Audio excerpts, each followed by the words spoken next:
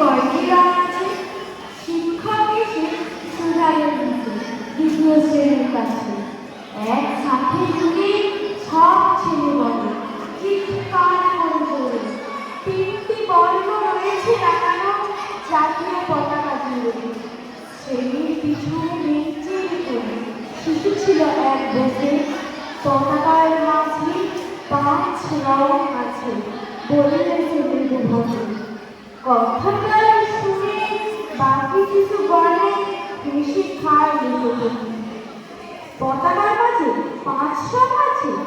শিক্ষক রেগে বলে মেয়েকে, বোঝাও কি করে 5টি?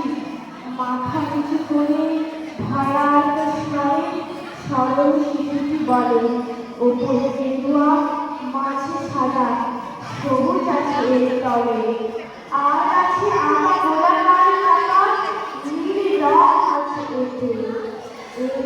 শিক্ষক বলে, এটি কি ধরনের প্রথম হচ্ছে 4টি। অবোধ শিশুটি বলে তখন, রং আছে আর এক, লাল লাল ছবি দেখা যায় ওই পতাকার মাঝে। বাবাকে যখন আনলে ওরা কফিনের ঢাকা খুলে জড়ায় বলেছে দেহ খানাকার পতাকা আরে তুলে। এই নিয়ে মোট 5টি। এবার তো ঠিক আছে। সরল শিশুটির জবাবখানি কাঁপিয়ে দিল বুক, অশ্রু এলো নয়নে।